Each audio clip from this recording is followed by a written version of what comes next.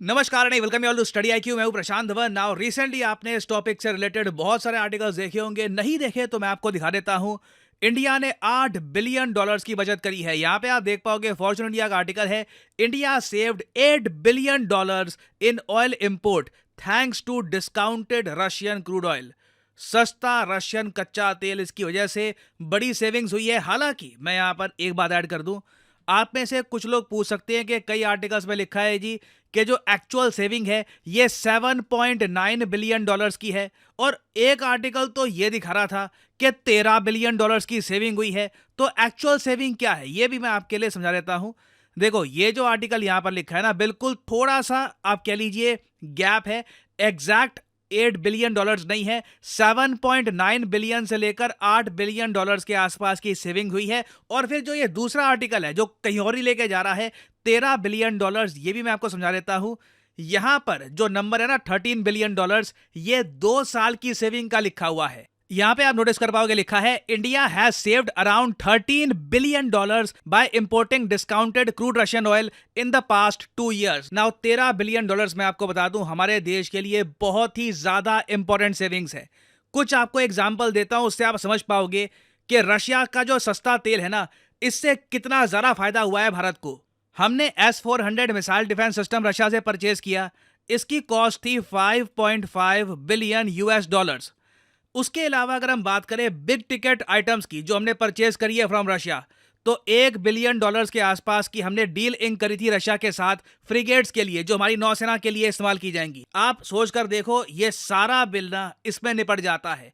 कई defence items जो हमने रशिया से परचेज करी है, इस सेविंग्स के हिसाब से आप अगर देखो तो फ्री ही लगती है। $13 बिलियन को अगर हम इंडियन रुपीस में कन्वर्ट करें तो ये 1,08,000 करोड़ रुपीस बनते हैं। इसमें से बहुत सारा पैसा हम लोग देश की डेवलपमेंट में, सड़कों पे, स्कूल्स में, वेरियस अदर प्रोजेक्ट्स में खर्च कर सकते हैं। और ये बात भी मत भूलिएगा कि जो भी पेमेंट हमने रशिया को करी है, ये एक्चुअली में यूएस डॉलर्स में करी भी नहीं है। हमने जो भी पेमेंट करी है इंडियन रुपये में करी है, और वो पेमेंट वापस भारत में ही इन्वेस्ट हुई है, क्योंकि अभी रशिया के पास इंडियन रुपये का इतना यूज है नहीं।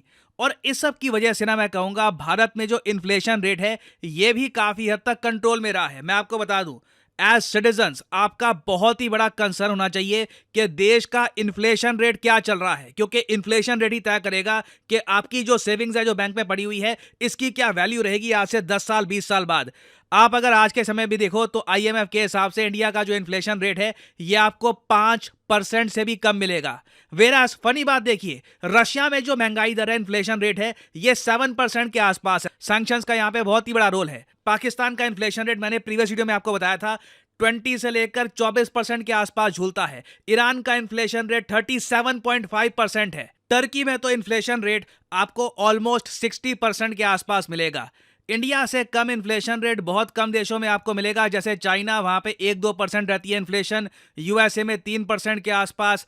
ये ज़्यादा ताकतवर देश है, अपनी इकोनॉमी, अपनी इन्फ्लेशन को प्रॉपर्ली मैनेज कर पाते हैं। मगर मैं आपको बता दूं, इंडिया में भी इन्फ्लेशन आराम से 6-6.5% के आसपास हो सकती थी अगर ये कच्चे ऑयल की सेविंग्स हम ना करते और हमको डॉलर्स में ऑयल परचेज करना होता। और मुझे जयशंकर साहब की एक स्टेटमेंट अभी भी याद आती है कि इंडिया ने दुनिया भर में जो इन्फ्लेशन है ना, इसको सॉफ्ट कर दिया था। नहीं तो कई देश हैं उनको इन्फ्लेशन की बड़ी मार पड़नी थी, इंडिया ने उनको बचा लिया था। और उसके पीछे मैं कहूंगा एक क्रिटिकल रोल था रशियन ऑयल परचेजेस का। India soft and global inflation should be thanked for Russian oil purchases. देखो, भारत ने जो इतने बिलियन बचा लिए, कई कंट्रीज को देखकर ईर्ष्या तो हुई थी। कई यूरोपियन कंट्रीज थे, वो फ्रस्ट्रेटेड फील कर रहे थे कि एक तरफ जो हमारा डिफेंस एक्सपेंडिचर है ये लगातार बढ़ता जा रहा है, यूक्रेन की मदद के लिए हमको बिलियंस यहां पर देने पड़ रहे हैं, दूसरी तरफ इंडिया साल दर साल बिलियंस ऑफ डॉलर्स बचा रहा है। ये बात देखिए, उनके मीडिया को अच्छे से पता है। उनका मीडिया हमारे मीडिया की तरह नहीं है कि बस घुमा फिरा के और इधर उधर की बातें कर रहे हैं जो मेन मुद्दे पे नहीं आ रहे। जयशंकर साहब से बार बार जो है सवाल पूछा जाता था कि रशिया से ऑयल क्यों परचेज कर रहे हैं, इसके पीछे क्रिटिकल रीजन यही था कि इंडिया बिलियन सेव कर रहा था और कई कंट्रीज को यह बात पसंद नहीं आ रही थी। और इंडिया ने देखो, सिंस हम लोग रशिया का कच्चा तेल परचेज करके बाहर एक्सपोर्ट भी करते हैं, तो इंडिया ने दुनिया भर के कई देशों को इन्फ्लेशन से बचाया भी है। मगर एक लार्जर क्वेश्चन यहां पर यह आता है कि क्या हम इससे भी बेहतर कर सकते थे। हमेशा देखिए, इंप्रूवमेंट का स्कोप बनता है। जो अभी तक हमने किया बहुत इंप्रेसिव है, बहुत कम देश ये कर पाते। मगर एक लार्जर क्वेश्चन आता है कि जो चाइना कर रहा है हम वो क्यों नहीं कर सकते। इंडिया ने, अभी हम पिछले साल का डेटा देखें तो 7.9 बिलियन डॉलर्स बचा लिए, चाइना ने बचाए हैं 10 बिलियन डॉलर्स। और इसके पीछे रीजन है, हम लोग सस्ता तेल परचेज कर रहे हैं सिर्फ रशिया से। चाइना सस्ता तेल परचेज करता है ना सिर्फ रशिया से, ये लोग परचेज करते हैं फ्रॉम ईरान, ये लोग परचेज करते हैं फ्रॉम वेनेजुएला। तो जो ये कॉम्बिनेशन है ना, रशिया, ईरान, वेनेजुएला, इन तीनों कंट्रीज का, बाय द वे तीनों कंट्रीज पे ही यूएसए ने सैंक्शंस इंपोज कर रखे हैं, स्पेशली ऑयल एक्सपोर्ट को लेकर। इनसे ऑयल परचेज करके चाइना ने बहुत सारा पैसा बचा लिया है। और ईरान तो मैं कहूँगा, देखिए अगेन, मैं रिसेंटली जो न्यूज़ सामने आई है ना, उसको देखकर मैं कहूँगा एक बार को पॉसिबिलिटी बनती है कि इंडिया ईरान से भी ऑयल परचेज कर सकता है। आपने देखा होगा यूएसए ने कुछ इंडियन कंपनीज पर सैंक्शंस इंपोज कर दिए थे, क्योंकि यूएसए के हिसाब से उन इंडियन कंपनीज ने हेल्प करी थी ईरानियन ड्रोन्स को ईरान से रशिया भेजने में। अब जब सैंक्शंस लग ही रहे हैं, उससे पहले भी आपको याद होगा एक कंपनी को यूएस सैंक्शन से हिट कर चुका है, क्योंकि वो कंपनी यूएसए के हिसाब से ईरानियन ऑयल परचेज कर रही थी ना। ये कंपनीज यूएस सैंक्शंस के बाद भी सरवाइव कर रही है, तो जो चाइना कर रहा है हम क्यों नहीं कर सकते? हम भी ईरानियन ऑयल परचेज क्यों नहीं करते? इवन वेनेजुएला का मैं कहूँगा एक बहुत ही अच्छा ऑप्शन है। इंडिया वेनेजुएला का भी ऑयल है, ये भी एक्सप्लोर कर सकता है। इसके प्राइसेस भी बहुत ज़्यादा गिरे हुए हैं और जो हमारी ओवरऑल सेविंग्स हैं ये बढ़ सकती है। ऑब्वियसली इसमें एक जियोपॉलिटिकल रिस्क है। चाइना और यूएस के रिलेशंस और इंडिया और यूएस के रिलेशंस में बहुत बड़ा फर्क है। मगर जब यूएस कोई, आप कह लीजिए, झिझक नहीं दिखाता हमारी कंपनीज पर सैंक्शन लगाने से, और कुछ कंपनीज पे सैंक्शंस ये लगा ही चुके हैं, तो why not take advantage of the situation. हम लोग ईरान से भी, मैं ये नहीं कह रहा कि भर के जितना हम परचेज कर रहे हैं रशिया से जो आप कह लो हमारा जो टोटल ऑयल की जो नीड्स है उसमें से 33% आ रही है रशिया से, उतना तो नहीं, मगर आप कह लीजिए अगर हम 5-10% के आसपास भी ईरान से ऑयल परचेज करते हैं, इससे हमारी सेविंग्स और बढ़ सकती है।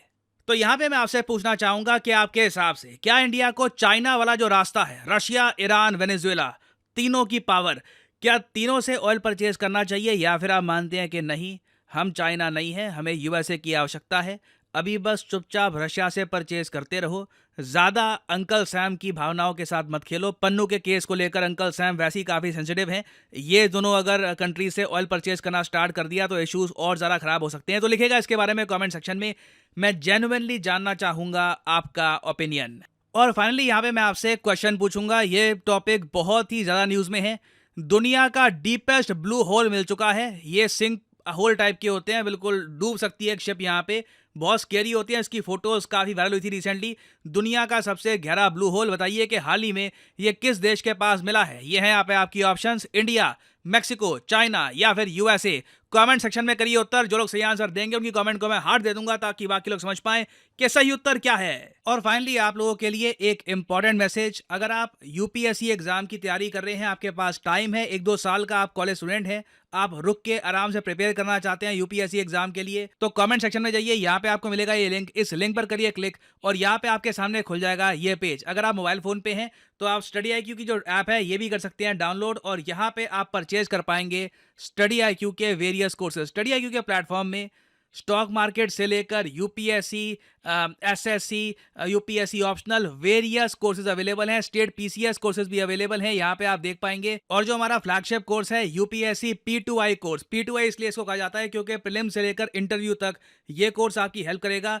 इसे आप परचेज कर सकते हैं यहाँ पर कोड PG10 लगाकर। ना यहाँ पे आपको और भी बहुत सारे कोड्स दिख रहे होंगे, सिविल और वेरियस और कोड्स हैं ना। इन कोड्स को आप अगर यूज करते हैं तो आपको मैक्सिमम डिस्काउंट नहीं मिलेगा। अगर आप यूज करते हैं कोड PG10 तो आपको मिलेगा यहाँ पर maximum discount possible. So use the code PG10 and save money. By the way इस कोर्स में आपको 30 महीने की वैलिडिटी मिलती है, तो मतलब कि पर मंथ आप 1000 रुपए से भी कम पे कर रहे होंगे for your UPSC preparation. So use the code PG10 and save money. इसी नोट के साथ ये है वीडियो का अंत। Thank you for listening and as always may the gods watch over you.